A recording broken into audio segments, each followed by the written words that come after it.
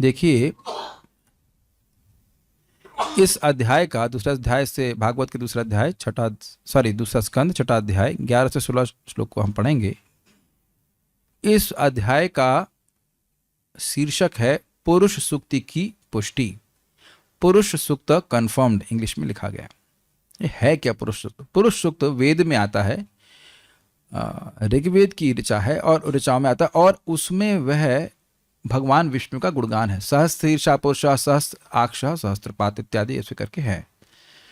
तो जब आप जानते हैं कि 5वें अध्याय में नारद जी ने ब्रह्मा जी से प्रश्न किया था कि जगत की सृष्टिकर्ता के विषय में, और ये प्रश्न, ये नारद और ब्रह्मा जी का संवाद क्यों किया गया है? क्योंकि परीक्षित महाराज भी यही प्रश्न सुखदेव गोस्वामी से किए थे। जब सुखदेव गोस्वामी ने उनके प्रश्न को उत्तर दे दिया, उसके बाद फिर सुखदेव गोस्वामी से सुनने के लिए उन्हें प्रश्न किया था कि जगत सृष्टिकर्ता कौन है, सृष्टि कैसे करते हैं, इत्यादि इत्यादि, लोक लोकांतर की सृष्टि कैसे होती है।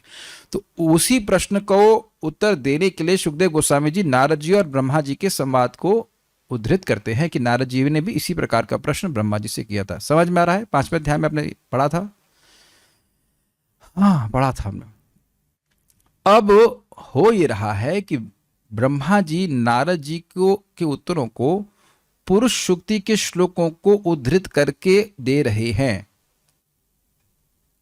जो नारद जी के प्रश्न हैं उनके उत्तर को वह पुरुष सूक्ति जो वेद का ऋचा है, वेद की जो एक मतलब एक प्रेयर्स हैं भगवान विष्णु के लिए, उसके उन श्लोकों को उठा उठा करके रख रहे हैं यहाँ पे।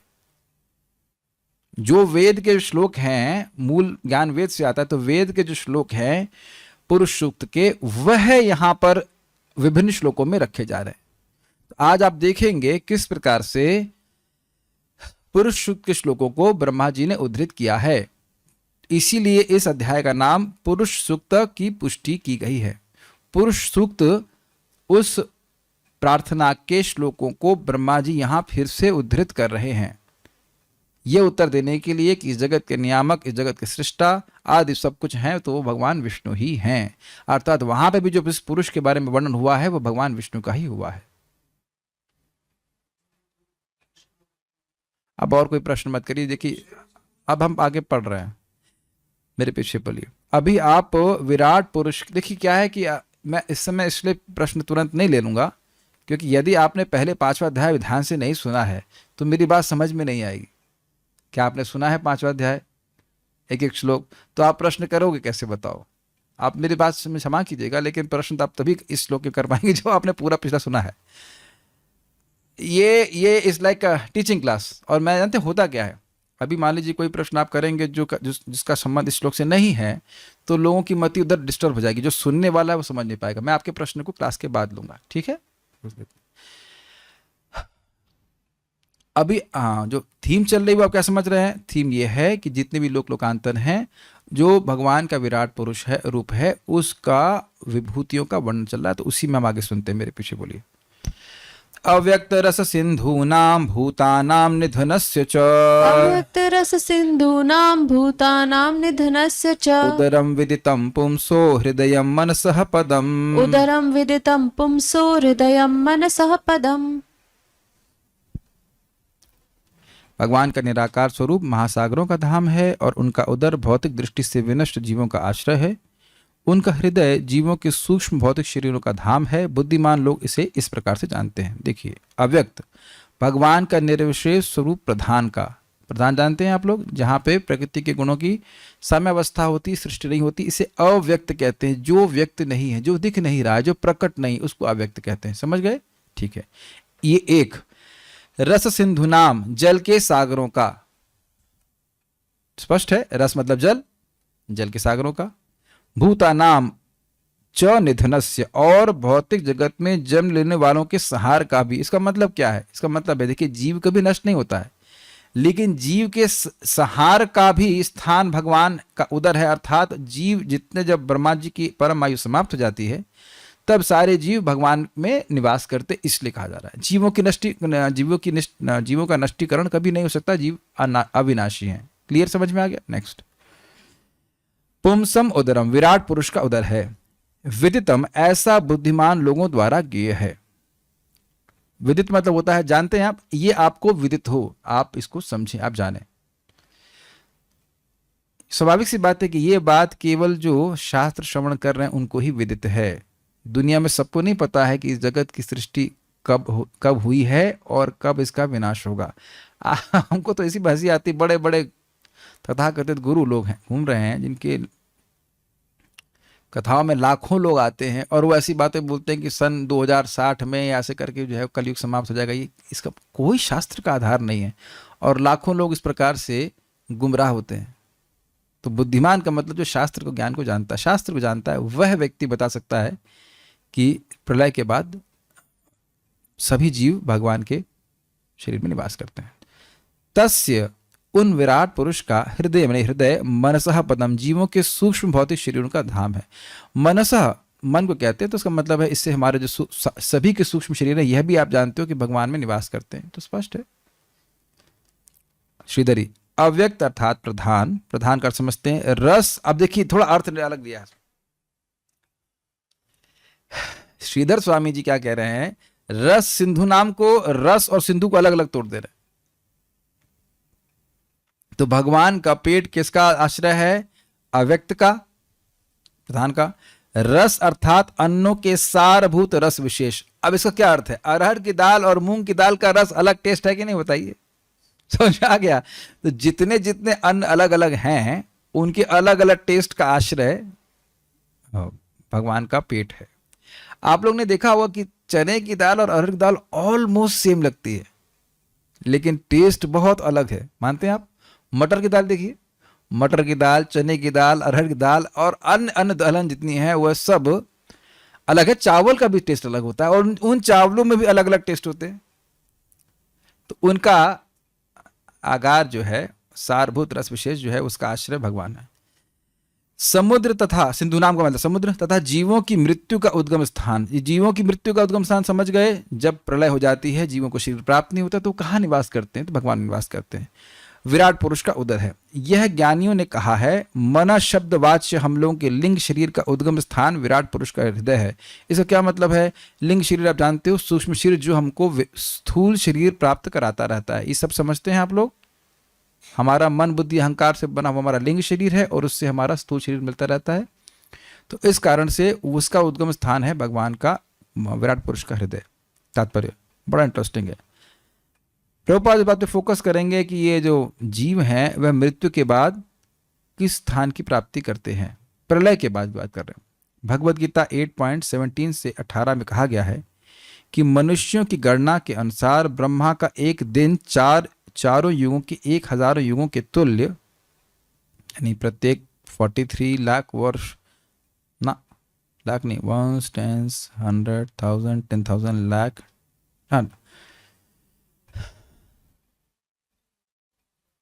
43 लाख होता है। और ब्रह्मा का रात भी इतनी ही बड़ी होती है। 43 लाख तो नहीं हो सकता है, 4 युग मिलाकर के 43 लाख है, गुणा 1000 कर देंगे तो वह ब्रह्मा जी के एक दिन के बराबर होता है। ब्रह्मा की रात भी इतनी ही बड़ी होती है। मेरे पीछे बोलिए, सहस्त्र युग पर्यंतम अर्हयद ब्रह्मणो विदुः। मैं बोलिए, सहस्त्र युग पर्यंतम अर्हयद ब्रह्मणो विदुः। सहस्त्र युग पर्यंतम अर्यद ब्रह्मणो विदुः। रात्रिम युग सहस्त्रांतम ते होरात्र विदो जनाः। रात्रि युग सहस्त्रांतम ते होरात्र विदो जनाः। मानवीय गणना के अनुसार 1000 युग मिलकर ब्रह्मा का दिन बनता है और इतनी ही बड़ी ब्रह्मा की रात्रि भी होती है। अब यहाँ प्रभात व्याख्या कर रहे हैं अव्यक्त की क्या होती है। अव्यक्ताद व्यक्तयः सर्वः प्रभवन्त्यः रागमे। अव्यक्तादव्यक्तः अव्यक्तादव्यक्तयः सर्वाः प्रभवन्त्यः रागमे। अव्यक्तादव्यक्तयः सर्वाः अव्यक्तादव्यक्तयः सर्वाः प्रभवन्त्यः रागमे। प्रभवन्त्यः रागमे। रात्र्यागमे प्रलीयन्ते। रात्र्यागमे प्रलीयन्ते। तत्रैवाव्यक्त संज्ञके। तत्रैवाव्यक्त संज्ञके।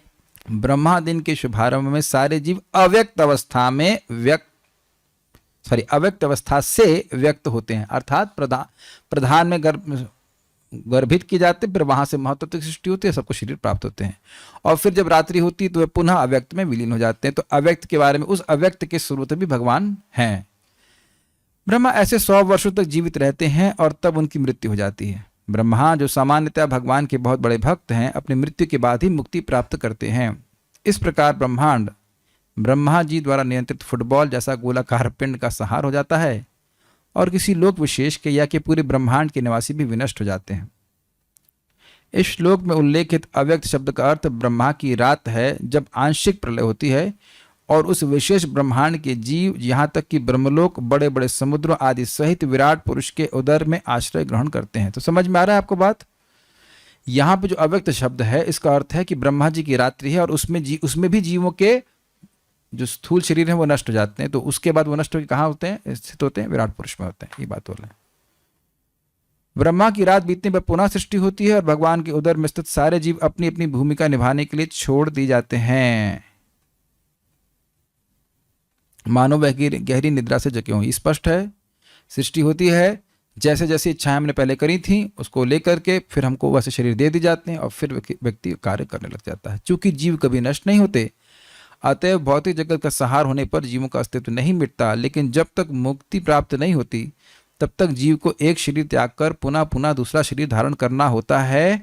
यह मनुष्य जीवन शरीर के बारंबार परिवर्तन का समाधान निकालने के लिए होता है, जिसके फलस्वरूप चिदाकाश में स्थान प्राप्त हो सके जहां प्रत्येक वस्तु सच्चिदानंद स्वरूप है। क्या मतलब हो गया इसका? एक बहुत सिंपल सा मतलब है कि मानव जीवन प्यूरिफिकेशन के लिए। क्यों? क्योंकि बार बार हमें जन्म किस लिए मिल रहा है? कषाय की वजह से, भोग की इच्छा की वजह से। ये मिल जाता तो अच्छा होता, यह हो जाता तो मैं सुखी हो जाता। इसी कारण से व्यक्ति बार बार जन्म ले रहा है और इसी कारण से जो भी विधि और निषिद्ध बताए जा रहे हैं उसका उद्देश्य समझ लेना चाहिए। हमारे हृदय को शुद्ध होना जरूरी है ताकि हमारी इच्छा और कोई ना रहे, मरते समय भगवान के स्मरण करें, भगवान के पास चले जाएं। It's very simple. ये बात बहुत आसान लगती है लेकिन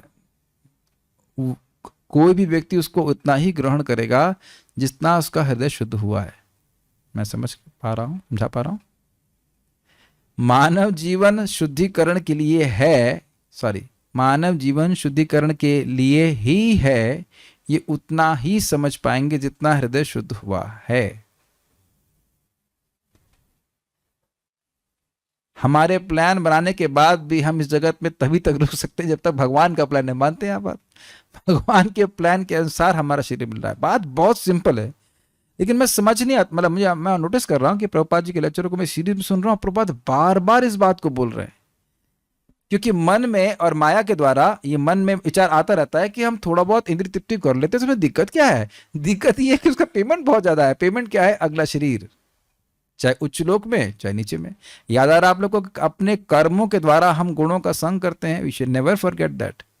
आप प्रसाद खा रहे हैं निर्गुण, भगवत गीता भागवत सुन रहे हैं निर्गुण, और बाकी दुनिया के कार्य कर रहा है तो या तो सतोगुण का होगा या रजोगुण का होगा, तमोगुण। कम से कम व्यक्ति सतोगुण का संग करे। इस जगत की कोई भी स्थिति हमारा आश्रय नहीं। आज सुबह हम सुन रहे थे निराश्रय। दूसरे शब्दों में जीवों के सूक्ष्म रूप परम पुरुष के हृदय में रहते हैं और सृष्टि के समय वे आकार ग्रहण कर लेते हैं। ये समझ में आप लोगों को? सूक्ष्म शरीर ही आधार है स्थूल शरीर का। सब लोग समझते हैं इस बात को। मृत्यु के समय जैसे हमारी मनस्थिति थी उसके अनुसार व्यक्ति को इस शरीर को प्राप्त हुआ है और वह शरीर आगे फिर और जो कर्म कर रहा है उसके अनुसार सूक्ष्म शरीर बन जाएगा और फिर जो से सूक्ष्म शरीर होगा उसके अनुसार स्थूल शरीर बन जाएगा। ये चक्र चल रहा है। क्या ये सब को समझने में कठिन है? नहीं, कठिन नहीं है। इसीलिए चेतो दर्पण मार्जन की बात की जाती है, हृदय को शुद्ध किया जाए। ठीक है, अगला देखिए, बहुत अच्छा है। धर्मस्य मम तुभ्यं च, धर्मस्य मम तुभ्यं च, कुमाराणां भवस्य च, कुमाराणां भवस्य च, विज्ञानस्य च सत्वस्य, विज्ञानस्य च सत्वस्य, परस्यात्मा परायणम्, परस्यात्मा परायणम्। तथापि उस महापुरुष की चेतना धार्मिक सिद्धांतों का मेरा तुम्हारा, मेरा मतलब कौन बोल रहा है? श्लोक श्लोक कौन बोल रहा है? अच्छा टीचर हूं मैं, किसी को पता नहीं चल रहा है श्लोक कौन बोल रहा है। श्लोक बोल रहा है ब्रह्मा जी। किससे बोल रहे हैं? नारद जी से बोल रहे हैं। यस यस यस, कि इसीलिए पढ़ाइएगा कभी पढ़ाने से याद रहता है। तो मेरा मतलब ब्रह्मा जी और तुम्हारा मतलब नारद जी और तथा चारों कुमारों सनक सनातन सनत कुमार तथा सनंदन का निवास स्थान है। क्या निवास स्थान है? भगवान की चेतना, भगवान का मन कह लीजिए। यही चेतना सत्य तथा दिव्य ज्ञान का वासस्थान है। धर्मस्य धार्मिक नियमों का, मम अर्थात मेरा अर्थात ब्रह्मा जी का। इसीलिए मैं यहाँ पे अनुवाद में थोड़ा सा अनुवाद में लिख दिया था मेरा मतलब ब्रह्मा जी का, तो नहीं तो समझ ही नहीं पाएगा मेरा मतलब क्या है। तुभ्यम अर्थात तुम्हारा अर्थात नारद जी का, वेरी गुड। च कुमाराणाम चार कुमारों का, भवस्य शिव जी का, च विज्ञान से तथा बुद्धि का, सत्वस्य च और चित्त का भी, और प्रपाद ने अनुवाद किया सत्य का भी। परस्य विराट पुरुष की आत्मा यानी चेतना, परायणम अर्थात उत्तम आश्रय स्थान है। पर प्लस आयणम, आयणम मतलब आश्रय और पर मतलब दिव्य। संस्कृत देखिए इसकी। धर्मस्य मम तुभ्यम च, धर्म का मेरा और तुम्हारा, अच्छे अच्छे लोग इसमें आ रहे हैं। कुमाराणाम चार कुमारों का, और भवस्य यानी शिव जी का, विज्ञान से अर्थात बुद्धि का, सत्वस्थ अर्थात अंतःकरण या सत्य का, परस्य आत्मा परायण, परस्य मतलब भगवान श्री कृष्ण, भगवान जो दिव्य हैं उनका, उनकी आत्मा अर्थात उनकी चेतना, इन सभी का पर प्लस आयणम अर्थात दिव्य उत्कृष्ट उद्गम स्थान है। ये अर्थ हुआ। तो बहुत अच्छी बात है, यानी कि कोई व्यक्ति अगर भगवान के मन में रहना चाहता है तो उसे क्या करना चाहिए? धर्म का पालन करना चाहिए। जो धर्म का पालन करता है भगवान के हृदय में निवास करता है। ठीक, भगवान उसको बहुत पसंद करते हैं। अब आज का श्लोक हम देख रहे हैं। आज के श्लोक का मतलब ये जो चार श्लोक हैं, उनको चार है ना, 12, 13, 14, 15, 16 एक साथ देखेंगे। सॉरी 12, 13, 14, 15, 16। दूसरे को सेवा देनी ही नहीं चाहिए। एक व्यक्ति को सेवा दे दी हमने एडिटिंग करने के लिए, एक तो श्लोक ठीक से रखे नहीं और नंबर भी ठीक से नहीं रखा। कहाँ जरा देखूं तो है भी नहीं लग रहा है, इधर है भी नहीं। वेरी नाइस, गायब हो गए। ठीक है। अहम भवान भवश्चैव त इमे मुनयोग्रजाः, अहं भवान् भवश्चैव त इमे मुनयोग्रजाः, सुरासुरनरा नागः खगा मृगसरीसृपाः, सुरासुरनरा नागः खगा मृगसरीसृपाः, गन्धर्वाप्सरसो यक्षा रक्षोभूतगणोरगाः, गन्धर्वाप्सरसो यक्षा रक्षो भूतगणो रगः, पशवः पितरः सिद्धा विद्याध्राश्चारणाद्रुमाः, पशवः पितरः सिद्धा विद्याध्राश्चारणाद्रुमः, अन्ये च विविधा जीवा जलस्थलनभौकसः, अन्ये च विविधा जीवा जलस्थलनभौकसः, ग्रहर्षकेतवस्तारस्तडितः स्तनयत्निवः, ग्रहक्षकेतवस्तारास्तडितः स्तनयस्तिन्वः, तडितः स्तनयित्निवः, तडितः स्तननित्निवः, तडितः स्तनयित्नवः, तडितः स्तनयित्नवः, सर्वं पुरुष एवेदं भूतं भव्यं भवच्च यत्, सर्वं पुरुष एवेदं भूतं भव्यं भवच्च यत्, तेनेदमावृतं विश्वं वितस्तिमधितिष्ठति, तेनेदमावृतं विश्वं वितस्तिमधितिष्ठति। अब यहाँ आप लोगों को बुद्धि लगानी होगी। अभी तक तो बड़े खुश हो लिए आप लोग कि आसान आसान श्लोक हैं, अब आपको दिमाग लगाना पड़ेगा हम सबको। पहले इसका अनुवाद देख लेते हैं। मुझसे यानी ब्रह्मा से लेकर तुम तथा भव यानी शिव तक जितने भी बड़े बड़े ऋषि मुनि तुमसे पूर्व हुए हैं, वे देवतागण, असुरगण, नाग, मनुष्य, पक्षी, पशु, सरीसृप आदि तथा समस्त ब्रह्मांडों की सारी दृश्य अभिव्यक्तियां यथा ग्रह, नक्षत्र, पुच्छल, तारे, सितारे, विद्युत, गर्जन तथा विभिन्न लोकों के वासी यथा गंधर्व, अप्सरा, यक्ष, राक्षस, भूतगण, उरग, पशु, पितर, सिद्ध, विद्याधर, चारण एवं अन्य विविध प्रकार के जीव, जिनमें पक्षी, पशु तथा वृक्ष एवं अन्य जो कुछ भी हो सकता है, सभी सम्मिलित है। वे सभी भूत, वर्तमान तथा भविष्य सभी कालों में भगवान के विराट रूप द्वारा आच्छादित है, मतलब आवृत है, मतलब ढके हुए हैं, अर्थात विराट रूप हर जगह है, ये अर्थ है। यद्यपि वे इन सबों के से परे रहते हैं और सदैव एक बलिष्ठ आकार के रूप में रहते हैं। बलिष्ठ अंगुष्ठ, 10 अंगुष्ठ के बारे में बोल रहे हैं। अब इसके अन्वय को हम नहीं देख रहे। अन्वय तो बहुत सिंपल है, उन सबको, इन सबका नाम ले लिया जाएगा, करें इन सबके स्रोत विराट पुरुष हैं। अब जरा टीका देखेंगे तो समझ में आएगा। श्रीधरी, परमात्मा से उत्पन्न होने वाला यह जगत उनसे भिन्न नहीं है। ये उसी तरह से है जैसे सुवर्ण से निर्मित कुंडल सुवर्ण से भिन्न नहीं होता। ये व्याख्या श्रीधर स्वामी इस उदाहरण को प्रथम स्कंद के प्रथम अध्याय के प्रथम श्लोक में ही दे चुके हैं।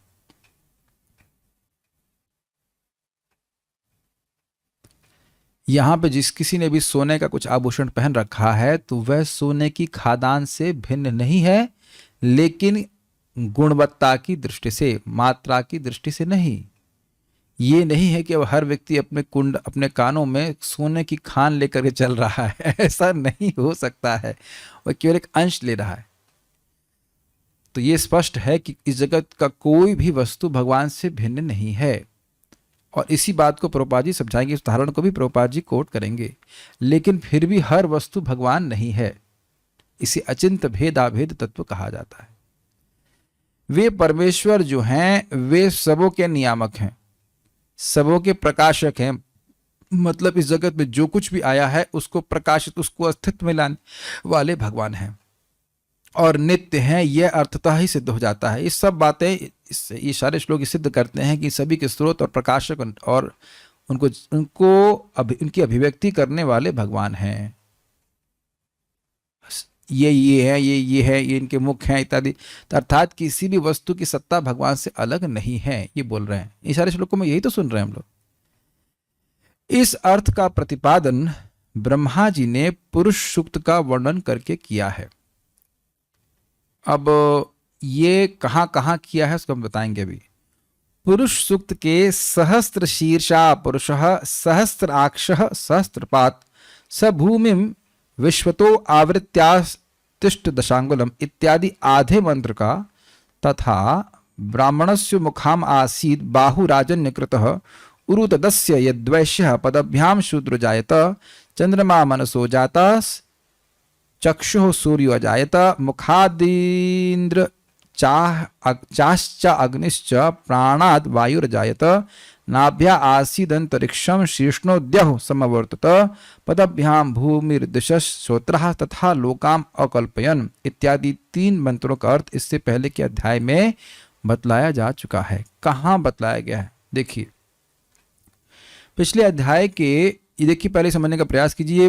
पुरुष सूक्त का ये पहला श्लोक है, सहस्त्र शीर्षा पुरुषः सहस्त्राक्ष सहस्त्रपात। ठीक, इतना आधा, इसका आधा, ये पहले श्लोक के जो आधा भाग है यहां तक सहस्त्रपात तक, इसकी व्याख्या की गई है 2.5.35 में। स एव पुरुषस्तस्मात् अंडम निर्भिद्य निर्गतः सहस्रोर्वांग्रिस बाह्याक्षः सहस्रानन शीर्षमान। कुछ सिमिलैरिटी दिख रही है आपको? स एव पुरुषस तस्माद, वही पुरुष तस्माद, उसके बाद अंडम निर्भिद्य निर्गतः, उस ब्रह्मांड में निर्भेद, भेद करके अंदर प्रवेश किया फिर बाहर चले गए।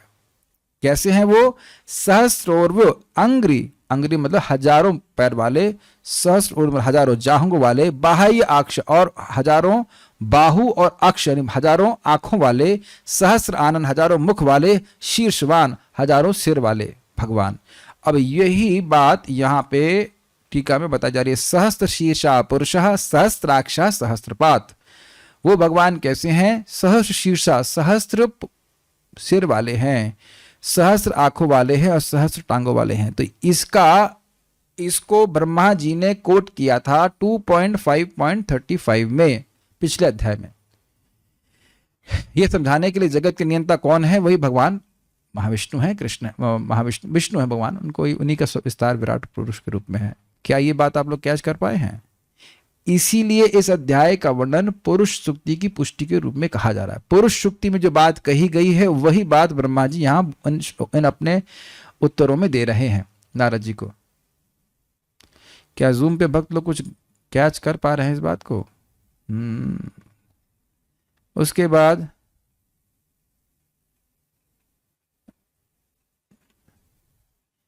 अब ये जो बात आ रही, ये आधे मंत्र की व्याख्या हुई। आगे देखेंगे आप, ब्राह्मणों अस्य मुखम आसीद। ब्राह्मण इस ये भागवत के श्लोक नहीं है जो आपको मैं हाईलाइट करके रखा हूं, ये है वेद का श्लोक। ब्राह्मण अस्य मुखम आसीद, ब्राह्मण इन पुरुष के मुख हैं। बाहु राजन्य कृता, उनके बाहु ये राजन वर्ग है अर्थात क्षत्रिय वर्ग है। उरु तदस्य तद यद वैश्य, वैश्य जो है उनके जांगे हैं। पदभ्याम शूद्र जायते, उनके चरणों से शूद्रों का जन्म हुआ है। चंद्रमा मनसो जाता, चंद्रमा उनके मन से प्रकट हुए हैं। अक्षो सूर्य जायता, उनकी आंखों से सूर्य प्रकट हुए हैं। मुखादि इंद्रचाग्निश्च, मुख से मुख आदि से उनके इंद्र और अग्नि आदि प्रकट हुए हैं। प्राणात वायु रजायता, उनके प्राण से वायु प्रकट हुई है। नाभ्या आसीद्य अंतरिक्षम शीष्णोद्यः समवर्तता, उन नाभि से अंतरिक्ष प्रकट हुआ है और शीष्ण उनके सर से द्यौ समवर्तता, द्यौ मतलब द्यौ का मतलब होता है चमकने वाले स्वर्ग लोग आदि प्रकट हुए।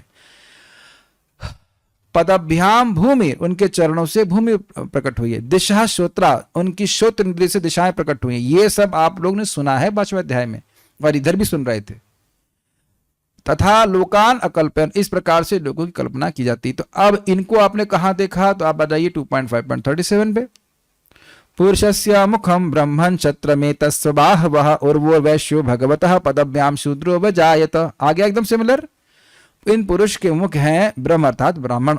क्षत्र में तस्य बाहवा, क्षत्रिय गण इनके बाहु हैं। उर्वोर वैश्यो भगवता, इन भगवान के जांघे जो हैं वैश्य हैं। पदभ्याम शूद्रो वजायत, शूद्र जो है उनके चरणों से आते। आप समझ में आ गया आपको। तो ये श्लोक और आगे भी आपने सुना था, आगे पीछे देख लीजिएगा श्लोक, वहां पे पीछे वर्णन किया गया था कि ये देवता इनसे आए हैं, भगवान से आए हैं। 2.5.30 में बताया गया था कि ये देवता इनसे आए हैं और अभी तक भी आप सुनते आ रहे हो। तो यानी कि जो बातें बोली गई थी 3 श्लोकों की, जहां पे आपको दिख रहे हैं आपको, ब्राह्मणों के बारे में, 4 वर्णाश्रम के वर्णों के बारे में, देवताओं के बारे में और लोक लोकांतर के बारे में जो आपने सुना था वह पिछले अध्याय में सुन चुके हैं आप। इस लोक की कल्पना यहाँ की जाती है, भगवान का मुख है, भगवान के चरण है, इत्यादि इत्यादि। तो इस प्रकार से इन 3 श्लोकों की जो कि पुरुष सूक्त में आए हैं उसका उल्लेख ब्रह्मा जी ने अपने उत्तर में किया है। ये बात बोली जा रही। देख रहे हैं भागवतम कितनी अद्भुत है। मुझे नहीं पता कि मैं कितना समझा पाया।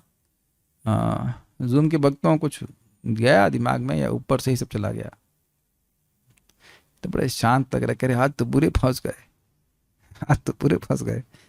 लेकिन मैं नहीं समझ रहा, कुछ कठिन है। बात सिंपल है। जो पुरुष सूक्त उक्ति में लिखा गया है, पुरुष सूक्त प्रार्थना में लिखा गया, उसी के श्लोकों को ब्रह्मा जी एक एक करके उद्धृत कर रहे हैं अपने वक्तव्य में। वक्तव्य का मतलब जो बोल रहे हैं अपने उत्तर में। सब ड्रॉप कर गए, सब वीडियो ऑफ करके सब रण क्षेत्र से भाग रहे हैं। It seems like this. ठीक है, तो ये है। अब देखिए आगे। अहम भवान इत्यादि 3.5 श्लोकों द्वारा, यानी कि ये जो आप 13 से 16 श्लोक देख रहे हैं, ब्रह्मा जी ने पुरुष एवं सर्वम यद भूतम यच्च भव्यम, इस मंत्र का अर्थ बतलाया। देखिए यह भी पुरुष सूक्त का अर्थ है। पुरुष एवं इदम सर्वम, ये पुरुष ही सब कुछ हैं। सर्वम यद भूतम यच्च भव्यम, जो कुछ हुआ है और जो कुछ होगा और जो हो रहा है, उस सब के स्रोत ये पुरुष ही हैं। यह श्लोक पुरुष सूक्त में आया है, उसकी व्याख्या यहां पे कर रहे हैं। तो ये आप श्लोक समझ ही रहे हैं। जो कुछ भी यहां पे देखिए, श्लोक देखिए, श्लोक में क्या बोल रहा है। श्लोक देखिए संस्कृत में। अहम भवान भवश्चैव त इमे मुनियोग्रजा, मैं, तुम, भव शिव जी और तुमसे पहले जो मुनिगण हुए हैं, सनक आदि और मरीचि आदि, सुरासुर, देवता, असुर, नर मतलब इंसान, नागा मतलब नाग, खगा मतलब पक्षी, मृग मतलब समझते हिरण आदि भी है, सरीसृप मतलब सांप आदि, गंधर्व, अप्सरः, यक्ष, रक्ष, ये तो समझ रहे हैं, राक्षस इत्यादि, भूत, गण, उर्गः, पशव, पशुजन, पितरा, सिद्धा, यानी जितने सबका, अन्य चा विविधा जीवार जल स्थल नभोकसा, यानी जितने भी जीव हैं जल में, स्थल में, आकाश में उड़ने वाले, ग्रह, अर्श, तारक, जितने भी हैं वह सब भगवान के द्वारा ही आए हैं। ये बोला जा रहा है। ये श्लोक देखिए। सर्वम पुरुष एवेदम भूत भव्यम भवच्च यत्, इतना याद रहेगा आप लोगों को। सर्वम पुरुषम एव इदम, ये जितने भी कुछ हैं, जो भूतकाल में हुआ, जो भविष्य काल में हुआ और जो वर्तमान में हो रहा है, भूतम मतलब भूतकाल, भव्यम मतलब जो हो रहा है वर्तमान काल, और भवच्च जो भविष्य में होगा, वो जो कुछ भी है वो पुरुष से आ रहा है। तो इसकी व्याख्या भी यहां पे हो रही है। ये श्लोक पुरुष एवेदम सर्वम यद भूतम यच्च भव्यम, यह भागवतम से नहीं है, ये श्लोक है पुरुष सूक्त से। और वही श्लोक आपको यहां दिख गया कि नहीं दिख गया? अरे इतना दुखी मत करो, दिखा कि नहीं दिखा आपको भागवत में? यहां दिखा नहीं रहा हूं, यहां पे श्लोक देखो, वापस देखिए यहां पे, प्लीज देखिए, इतना दुखी मत करिए। ये लिखा नहीं है सर 16वें श्लोक में, सर्वम पुरुषम एवेदम भूतम भव्यम भवच्च यत्। सेम नहीं लग रहा आपको? ये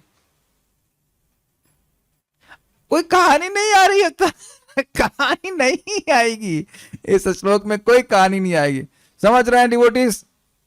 तो जो पुरुष सूक्त में ऋग्वेद में संहिता में लिखा, वेद में लिखा है, वो इसकी पुष्टि यहां ब्रह्मा जी कह रहे हैं। ब्रह्मा जी भी अपने मन से नहीं बोल रहे हैं। पढ़ना दोबारा तब समझ में आएगा। आपको क्या लगता है ऐसे ही मेहनत कर रहे हैं? कोई बात नहीं, हमको बड़ा इंटरेस्टिंग लगा ये। अच्छा, अभी तो कुछ भी नहीं हुआ, ये तो आसान है, कठिन वाली चीज बताते हैं। इस मंत्र का अर्थ बतलाया गया है, यहां बताया गया। इस मंत्र का अर्थ है भगवान विष्णु हैं। देखिए, पुरुष शब्द से समझ में नहीं आ रहा कि पुरुष कौन है। ये पुरुष है भगवान विष्णु। पिछले अध्याय में आपने सुना था नारायण परावेदा, नारायण सारे, तो ये पुरुष कौन है? वो पुरुष नारायण ही हैं, ये अर्थ है। विष्णु ही नारायण है, विष्णु ये पुरुष है। ते अर्थात तुम्हारे, अग्रजा अर्थात पहले जन्म में, अर्थात जो सनक आदि और मरीचि आदि हैं। सनक 4 कुमार जन्म लिए, उसके बाद मरीचि आदि जन्म लिए, और उसके बाद नारद जन्म लेते हैं, आगे आप सुनेंगे। और जल स्थल एवं आकाश आदि हैं, जो कुछ भी सृष्टि हुई है उनके कारण भगवान ही है और अन्य कोई नहीं है। भाई नारद जी नहीं पूछा था कि सृष्टिकर्ता कौन है, जगत को कौन सृष्टि कर रहा है। तो इसको पुरुष सूक्त के श्लोकों को ही उद्धृत करते हुए ब्रह्मा जी उत्तर दे रहे हैं कि भगवान नारायण ही जगत के सृष्टि करता है। ये बात है। अब ये देखिए, तेना इदम आवृतम, उनके द्वारा आवृत, विश्वम वितस्तिम अधितिष्ठति। अब ये देखिएगा, ये श्लोक भागवतम से है। ये देखिए श्लोक को, देखिए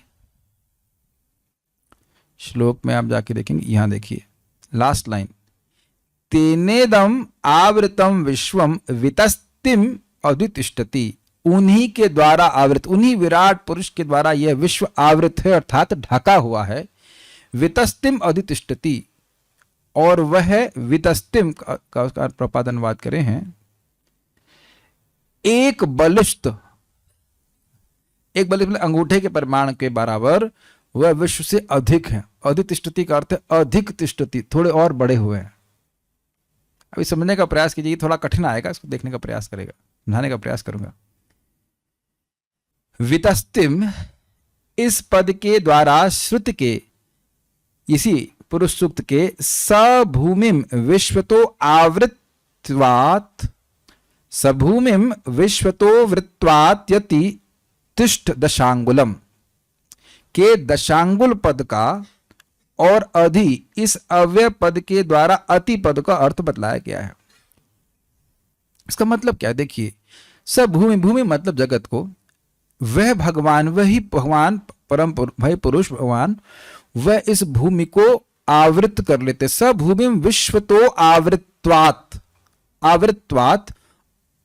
आवृत्वात् अतितिष्ठ दशांगुलम, वह भगवान इस जगत को ढक लेते हैं और फिर 10 अंगुल बढ़ी रहते हैं। इसका अर्थ है कि भगवान इस जगत से अधिक व्यापक हैं, जगत को ढके हैं, और उसके बाद ऐसा नहीं कि वो जगत तक ही लिमिटेड है, वो जगत के बाहर भी है। यह अर्थ है,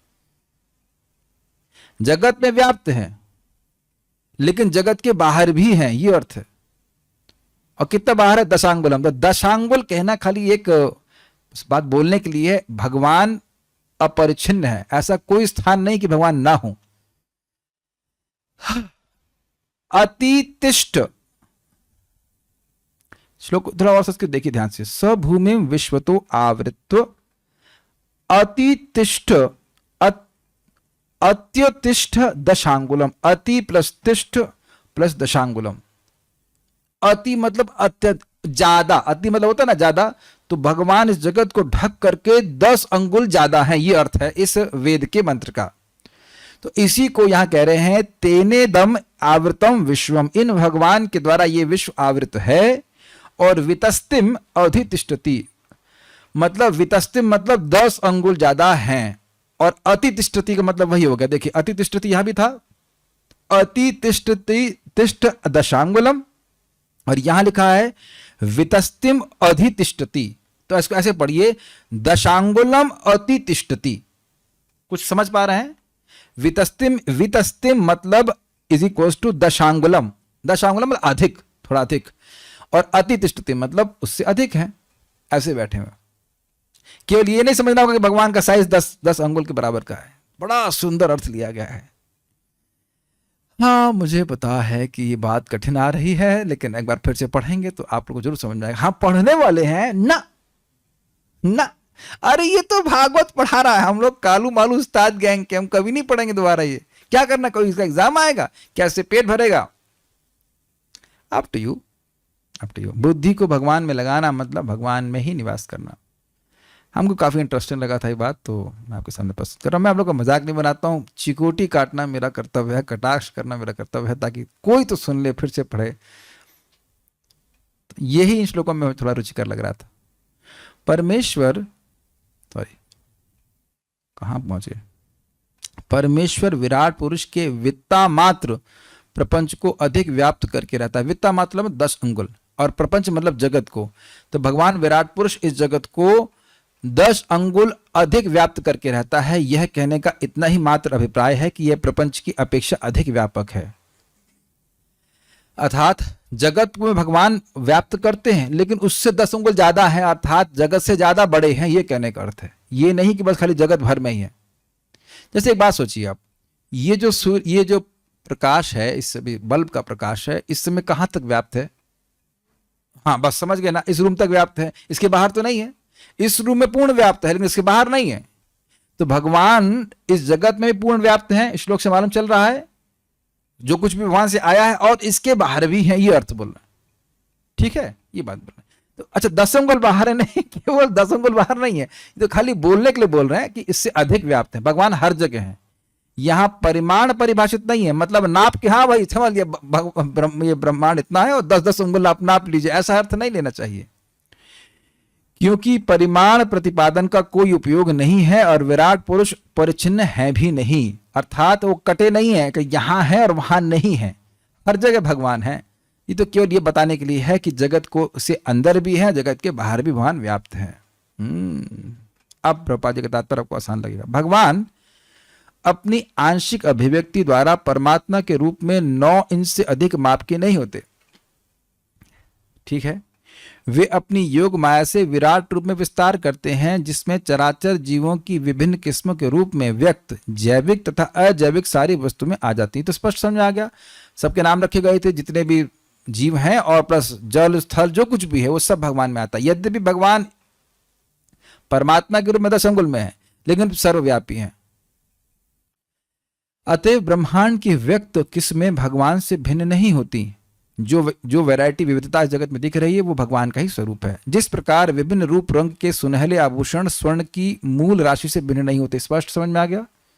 यहां पे अब मैं समझ रहा हूं, हर माता जी अलग प्रकार के कुंडल पहनी है, लेकिन वो सभी स्वर्ण की खान से आते हैं, ये बोल रहा है।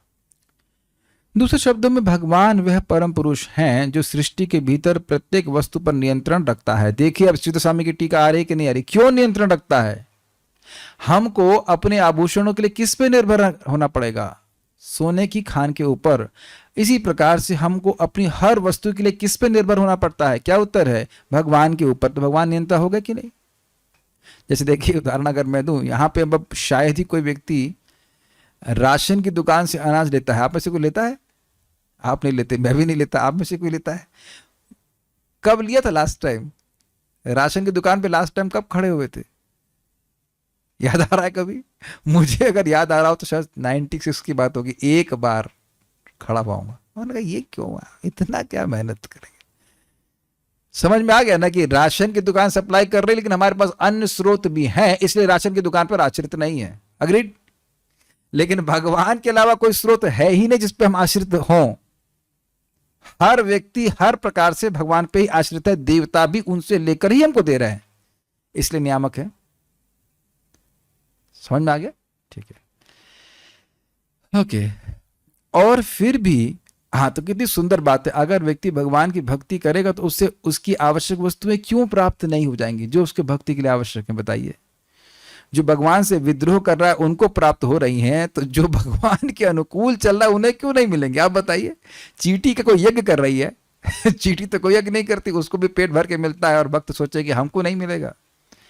जो हमारे लिए आवश्यक है प्रगति करने के लिए, जीवन धारण करने के लिए, भगवान निश्चित व्यवस्था करते हैं। अब उसके बाद भी आदमी मेहनत करता है तो ये तो उसकी मेहनत से मतलब जरूरत से ज़्यादा मेहनत करता है। मेहनत तो थोड़ी बहुत करनी पड़ती है, लेकिन जरूरत से ज़्यादा मेहनत करने की कोई आवश्यकता नहीं है। जरूरत से ज़्यादा मेहनत तब करता है जब उसके पास जरूरत से ज़्यादा इच्छाएं होती हैं। आप में से बहुत से भक्त लोग अनुभव कर रहे होंगे कि जाप करने से मन में संतोष अपने आप होने लगता है। ये बड़ी सुंदर बात है। जो संतोष हजारों लाखों रुपए खर्च करने के बाद भी नहीं मिलता है, वो सहज प्राप्त हो जाता है भक्ति करके। चलिए आगे बढ़ते हैं। ठीक है, और फिर भी वह समस्त व्यक्त भौतिक सृष्टि से भिन्न पृथक परम सत्ता बना रहता है। इसका क्या मतलब है? आप समझ ही रहे हैं। भगवान सच्चिदानंद हैं, लेकिन ये जगत भगवान की ही शक्ति है, यद्यपि यह जड़ है। जैसे सूर्य और बादल, बादल सूर्य की सृष्टि है, लेकिन स्वरूपतः बादल सूर्य से बिल्कुल अलग है। अग्री? समझ में आ गया होगा। सूर्य कहाँ और बादल कहाँ, लेकिन सूर्य के बिना बादल की सत्ता नहीं हो सकती। उसी प्रकार से माया भगवान की शक्ति है, लेकिन भगवान के स्वरूप से बिल्कुल पृथक है, लेकिन है भगवान की ही शक्ति। इसीलिए भगवत गीता में उन्हें योगेश्वर कहा गया है। मया ततमिदं सर्वं जगद व्यक्त मूर्ति नाम स्थानि सर्वभूतानि न चाहम तेषु स्थितः। कहा गया? अरे, यह संपूर्ण जगत मेरे अव्यक्त रूप द्वारा व्याप्त है। यही व्याप्ति के बारे में इस श्लोक में भी हम सुन रहे हैं कि भगवान विराट पुरुष हर जगह व्याप्त है। समस्त जीव मुझ में हैं, किंतु मैं उनमें नहीं हूं। क्यों नहीं हूं? क्योंकि भगवान उससे निर्लिप्त रहते हैं। न च मस्थानि भूतानि पश्य मे योगमैश्वरम भूत भ्रन्न च भूतस्थो ममात्मा भूत भावनः। तथापि मेरे द्वारा उत्पन्न सारी वस्तुएं मुझ में स्थित नहीं रहती। जरा मेरे योगेश्वर को देखो। यद्यपि मैं समस्त जीवों का पालक यानी भरता हूं, पालन करने वाला हूं और सर्वत्र व्याप्त हूं, लेकिन मैं उस विराट अभिव्यक्ति का अंश नहीं हूं। मैं सृष्टि का कारण स्वरूप हूं। समझ में आया? हर जगह व्याप्त हैं, लेकिन निर्लिप्त हैं। और इसको भगवान आगे गीता में बताते हैं, यथा आकाश स्थितो नित्यम वायु सर्वत्र गो महान तथा सर्वाणि भूतानि मत्स्थानि उपधारय। इस जगत में आकाश हर जगह है। बहुत सारी वस्तुएं हैं जो वाटर प्रूफ होंगी, एयर प्रूफ हो सकती हैं, लेकिन आकाश प्रूफ नहीं है। हर जगह आकाश है, लेकिन आकाश सभी वस्तुओं का आश्रयभूत होने के बाद भी, सभी वस्तुएं आकाश में हैं, लेकिन आकाश उस पर निर्लिप्त रहता है। उसी प्रकार से भगवान सभी वस्तुओं के आश्रय स्थान है, लेकिन भगवान निर्लिप्त रहते हैं। उस जगत से उनका जो स्वरूप है वह सच्चिदानंद ही रहता है, जबकि ये जगत अचिद, असत और निरानंद है। Can we have some story? No, no story, only सिद्धांत। प्रत्येक वस्तु भगवान श्री कृष्ण की शक्ति पर निर्भर है, फिर भी वे ऐसे रूपों से पृथक और परे रहते हैं। ये बार बार हमें सुनना जरूरी है। क्यों जरूरी आप जानते हैं? ताकि हम अपनी हर शक्ति को भगवान की सेवा में लगाएं। हमारी बीमारी है, कौन सी बीमारी हमारी बताइए? कौन सी बीमारी है? भोक्ता अपने आप को सोचने की।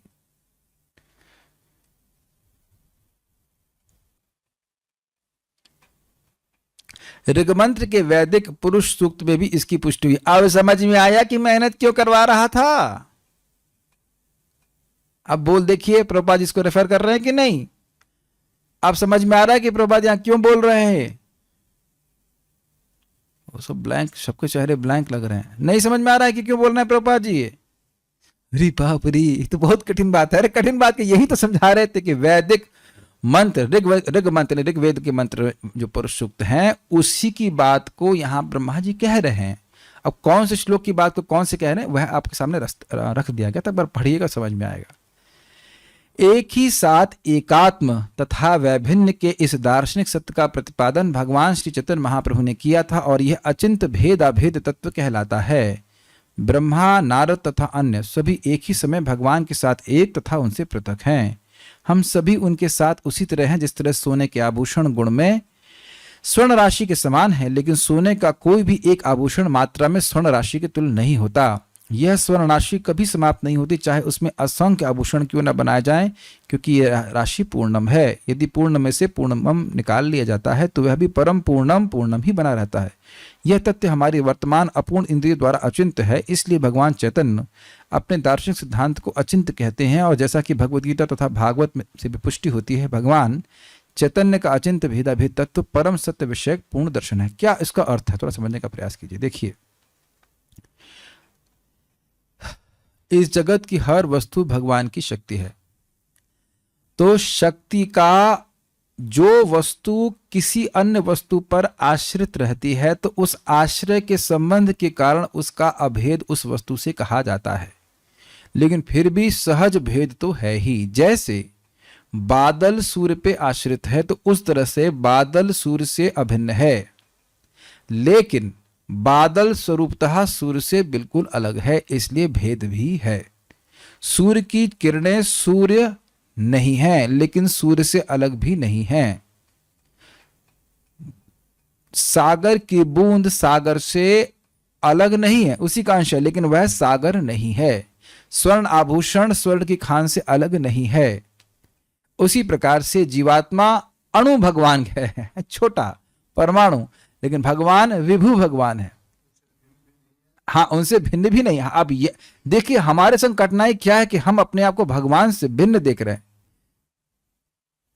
लेकिन भिन्न भिन्न भिन्न मतलब हमारी इंडिविजुअलिटी, हमारा व्यक्तित्व तो हमेशा रहेगा, लेकिन हम भी सच्चिदानंद हैं और भगवान भी सच्चिदानंद है। अभी क्या सोच रहे हैं, मैं पुरुष हूं, मैं स्त्री हूं, मैं ये देह हूं। अब देह तो भगवान से भिन्न है, अति स्वरूपतः भिन्न है।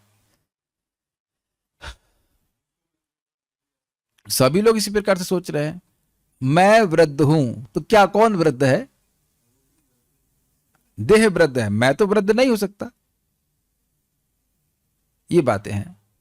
तो एक ही समय में भगवान, ये जगत भगवान से अभिन्न है और भिन्न, इसीलिए बड़ा रुचिकर बात है। प्रभुपाद इसको समझाते हैं, matter engage in Krishna service regains it's spiritual qualities.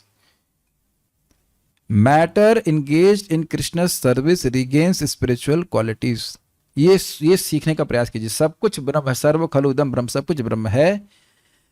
तो जो भौतिक वस्तुएं तथाकथित रूप से हमें भौतिक लग रही हैं, उनका उपयोग जैसे ही भगवान की सेवा में करते हैं, वह दिव्य हो जाती हैं। जैसे आपने सोचा ये फूल भगवान के लिए, तो वह दिव्य है। ये चावल, दाल, चावल जो कुछ भी है, वह भगवान की सेवा के निमित्त है, तो वह दिव्य हो जाता है। इसलिए ओके। तो ये बातें बहुत महत्वपूर्ण हैं जो कि व्यक्ति को समझनी होंगी।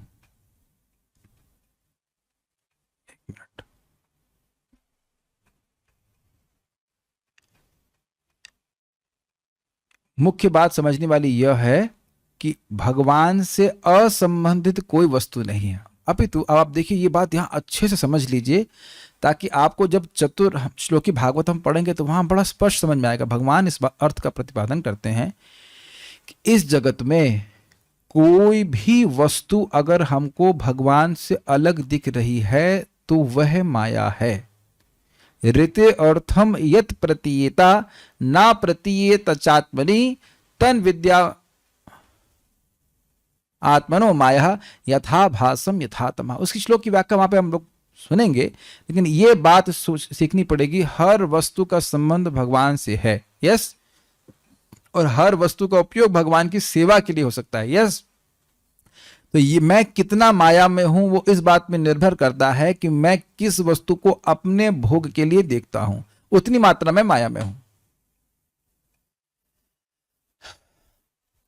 समझ में आ रहा है इस श्लोक का? बहुत अच्छा सिंपल सा अर्थ समझ में आ रहा है कि अगर हम हर वस्तु को भगवान की संपत्ति के रूप में देखते हैं, तो भगवान की सेवा में इसको नियोजित करेंगे तो उसमें कोई बंधन नहीं लगेगा। लेकिन जैसे ही अपने भोग के लिए किसी भी वस्तु को देख रहे हैं, खाने के लिए, सूंघने के लिए, चखने के लिए, जैसे भी, तो तुरंत ही ये माया से प्रभावित हो जाते हैं। तो ये माया से बाहर होने का और माया में रहने का स्पष्ट लक्षण है। ये मेरा है, ये मेरी है, ये मेरी वस्तु में है, मेरे को मैं भोगूंगा, ये भावना जो है ये माया के द्वारा प्रभावित भावना है। माया जो नहीं है, क्या नहीं है? ये वस्तुएं मेरी नहीं है, लेकिन जब मैं मान रहा हूं कि वस्तु मेरी है तो ये माया है। वस्तु है लेकिन वो मेरी नहीं, भगवान की स्वीकार करना हो।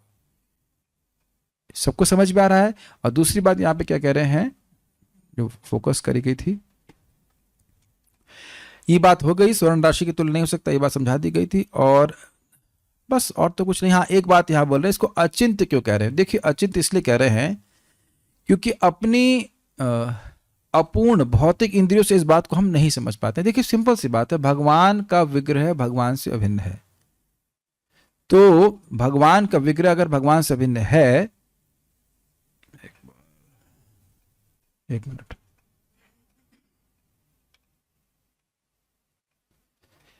भगवान का विग्रह अब ऐसे लग रहा है कि भौतिक वस्तुओं का बना है ना, लेकिन वह भगवान से अभिन्न है। वह साक्षात भगवान है। अब यह हमको अपनी भौतिक बुद्धि से नहीं समझ में आएगा, इसलिए हमें शास्त्र के वचन को स्वीकार करना पड़ेगा। उस कारण से जब व्यक्ति भगवान की सेवा करता है तो फिर भगवान की कृपा से उसको शुद्ध बुद्धि प्राप्त होती, शुद्ध इंद्रियां प्राप्त होती, इसके द्वारा वो समझ पाता है कि वह ये साक्षात भगवान हैं जिनकी मैं सेवा कर रहा हूं। आपके भागने के लिए तैयार है? अच्छा, बैग लेके पकड़ के उस और भागे, ऐसे तो नहीं। ठीक, देखिए, अगर यही सब आप यहां समझ लेंगे तो आपको आगे कठिनाई नहीं होगी। तो ठीक है, उम्मीद है कि कुछ समझ में आया होगा। I just take see questions and then will